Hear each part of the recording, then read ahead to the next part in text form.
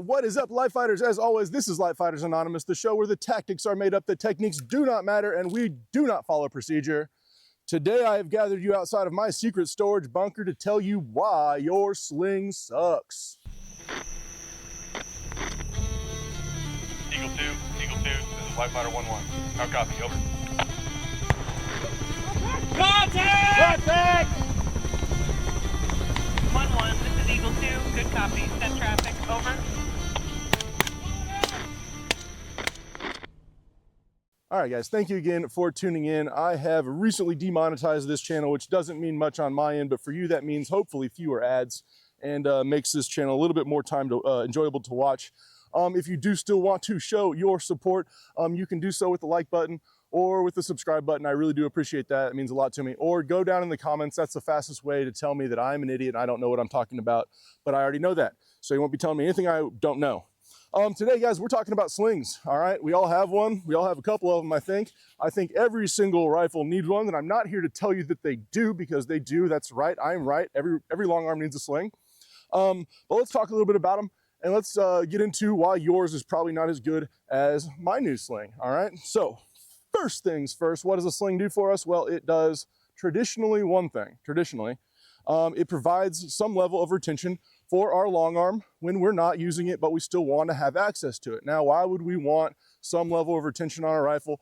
Well, that's because as light fighters, we need to use our hands. And I'm not talking retention from some jujitsu guy grabbing my rifle and trying to steal it from me and yank it away and throw me to the floor.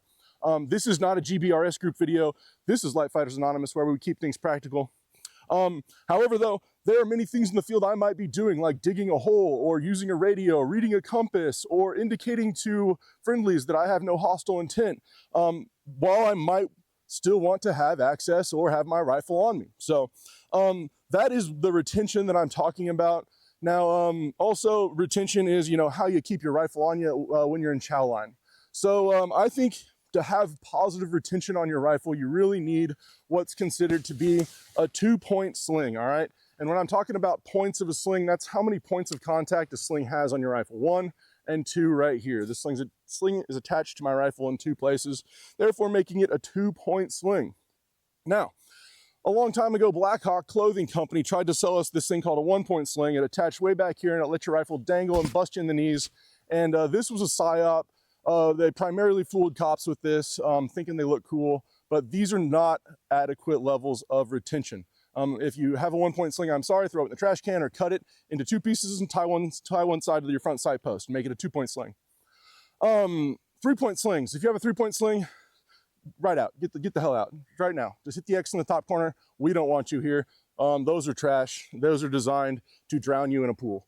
3-point slings, no way. I don't even know really what they are. I've seen them. It's like a third sling that doesn't do anything, where your 2-point sling attaches to and slides on and makes a mess. But we're not talking about 3-point slings anymore. We are talking about the 2-point, and more specifically, the 2-point adjustable sling that I have here in front of you. That is the best option. So if you want to just stop this video right now, because I've told you what the best sling to have is, it is a 2-point adjustable sling. As you can see, pretty much all of my long arms here, even my noob tube on the left there, has a 2-point adjustable sling. Now, I have many options available, but 2-point adjustable just means attached in 2 points, and then I can adjust the length. Now, why do we want that adjustable length? That is a good question that I've asked for you.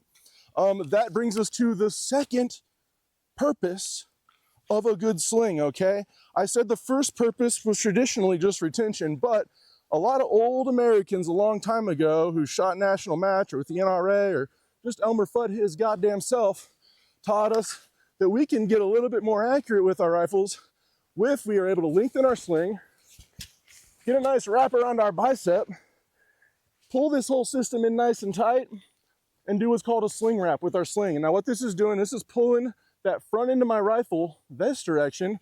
I'm able to push the rifle with my hand here and pull it into my shoulder, providing an incredibly stable shooting platform. And I have a whole other hand free to do whatever I want. So the sling wrap is a fantastic way that you can provide some additional security to get a long shot, even when standing, especially when kneeling, or even, believe it, when prone. I have done it prone unsupported with the sling wrap. It's doable. You just got to do a little stupid starfish move on the ground to get it wrapped up. You kind of look like an idiot. But nonetheless, the 2-point adjustable sling, also the adjustableness gives you some play. Say you think you're gonna have to switch hands to your left hand, you might want a hair longer so you can kick out of there, kick it to the other side, and work your gun from the other side, all right? I'm a little tied up because it's not perfect for that, but it is still the best option. So the 2-point adjustable sling. Now let's get into sling design a little bit and what makes a good 2-point adjustable sling. I have a couple of them here, and my favorite one is actually right here, and it is made, and it was actually given to me by a guy at Swift Design Textiles. Shout out to these guys.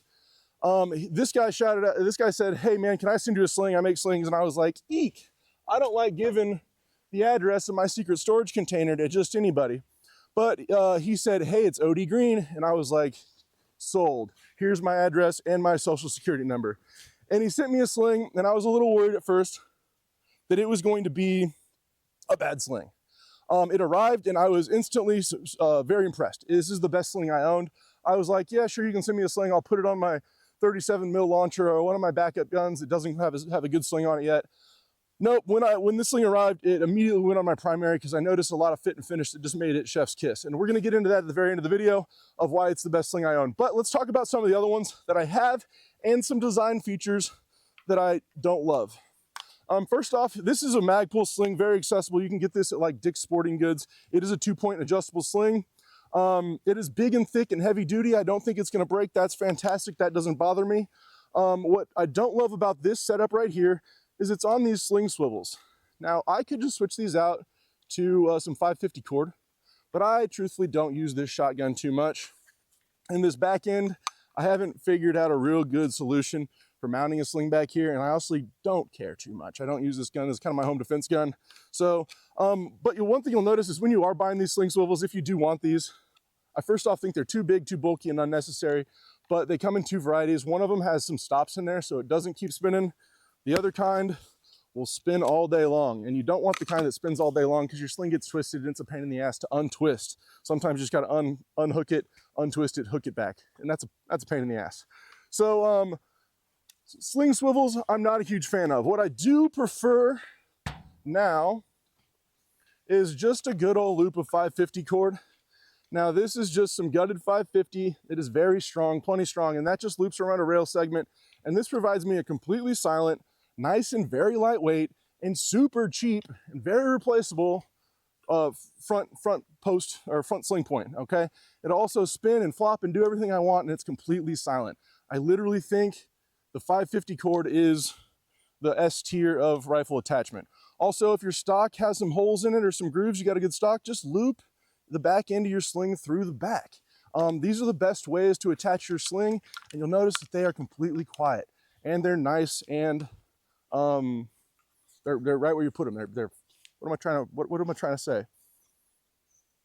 They're attached well. On this rifle, you even notice that I have an option to use a sling swivel, and I'm not using it just because I prefer the rope.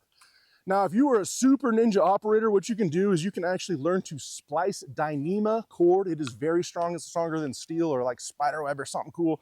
And you can use little Dyneema loops that you splice together to hold your sling on. And then you'll be a super ninja badass operator. The Dyneema loops is probably the coolest way to do your shit. Moving on, guys. Even on my 37 mil launcher, I have a 2-point sling. That is so I can easily throw it over my shoulder or lash it to a backpack, and then I can essentially, ideally, pull this and tighten that and make that a nice short sling pretty expediently in the field. Also pull it this way and loosen it to whatever size it needs to be, just to fit around whatever piece of gear this is lashed to. So even on the 37 mil, 2-point adjustable sling, if you can get it, it's the best sling option to run with. So I was saying, I've always had 2-point adjustable slings. I've always thought all my slings are pretty much fine. I even like the Magpul sling. I've never been too picky until I got the best sling I've ever used. Now, let's go ahead and talk about what makes this sling by Swift Textiles and Designs the best one I've used. First off, it is a padded sling. I like that. It's got a little bit of padding. It's not overly padded. Like this Vickers, I believe, sling right here. Yeah, this is a VTAC sling, the big old pad. I do like this on my big old chonky AR-10. This is like a 11-pound AR, so the big old heavy pad is nice on this one. But this has a really nice medium density pad. It's not too thin, it's not too thick, and it's also in the right place. And what I mean by that is it's biased towards the rear of the sling where you want your pad. Realize that the butt pad, the rear attachment point, is going to be closest to your neck. So you want that heavily biased towards the rear of the sling. They don't give me a ton of fabric to deal with right here because you don't really need a ton at the rear of the sling. All of your adjustability has to do with the front of the sling where your adjusting mechanism is. So what I like to do is leave it attached with the minimal amount of fabric at the front, which gives me the most range of adjustability. This sling can be as long as possible or as short as possible. Now, if I needed to make it even tighter, I could cut it and shorten it for a smaller person, but I'm a pretty big guy. Other than that, so we've got a padded sling. It's biased towards the rear. They've given us a generous amount of fabric up front and a little bit less towards the rear to keep that pad close to our neck. These are all excellent design features. One other thing I noticed very quickly is that this is some nice heavy duty nylon, what you'd expect your slings to be made of. And I'm not saying this is lower quality nylon, but it is a much softer nylon. It folds in your hands much better and it feels way softer. It's honestly a little bit thinner. And what that means is that this nylon glides through these mechanisms fantastically. It is the smoothest moving sling I've ever moved. It actually provides like no resistance to being adjusted. It's really great. Some of these other slings I have, like this Magpul here, has this big chonky plastic slider that provides a little bit of resistance, and especially on this nylon, which is still a nice soft nylon, but it is very thick. But you can see it's a little bit more resistive, but also the Magpul sling has like a yard of fabric on the back here. This could all be padded, or this could just be less. I wouldn't need as much, and then they could put more up here, and then this as a sling would move. It would have a wider range of adjustability. Also with this VTAC sling, they use old metal hardware, like from Alice packs and buckles. Those of you with an old Alice pack should recognize that. And it works, it holds really well, and it can be adjusted down real small because on this mechanism, the actual tensioning thing is right here. So you're able to pull an additional amount out of it and really get this rifle tightened up to you, even though traditionally you wouldn't be able to pull that far with your regular loop. The disadvantage of this thing is you've got a metal piece of hardware that's pretty bulky, and then you've really got to get this small thing to manipulate it and free it. It does hold really good though. And then finally, this is a sling I just got for super cheap, and I don't even know who makes it. I don't want to shout them out because I don't love it. I just got this for cheap and it worked fine. The adjustability works good. Again, they've biased way too much fabric towards the rear of the adjustment, and I just don't need that. So I guess I could cut it, but then I'd want some more fabric up front. So honestly, I wondered if I could even flip these around, but they look pretty much equal length pieces of fabric. And that's what might be what they're doing just to save some time in shop. But I would prefer this to be much more biased towards the rear so we get a greater range of adjustability out of the front of it. So what this boils down to is I think someone else has put about this much thought into their sling, and that is the guys at Swift Designs and Customs. There's their tag, real small, zoom in, boom, Swift Designs and Customs. I also got them right there. Shout out to these guys. They sent me this for free, full disclosure. I was gonna put it on some backup stuff because I didn't know how high quality it was gonna be, but it came in and it was excellent. You can tell that they have put some thought into what makes a good sling, just as I just did. When I noticed all the finer things, I said, oh shit, someone's thought about slings, and actually I didn't even realize how much thought I'd put into my slings. But now that I have this one, I really love it. I really like all my other slings less, and you guys should go find yourselves, at least if you don't have a 2-point adjustable sling, go get that first. And then take your stupid swing swivels off and attach it with 550 cord or some kind of quiet option. And then if you've got, you know, the extra 40, 50 bucks, go holler at Swift Designs and Customs and grab yourself one of the best slings I've ever came across. As always, guys, this is Live Fighters Anonymous. I appreciate you all for tuning in. Stay sharp, be safe, and kiss your mothers.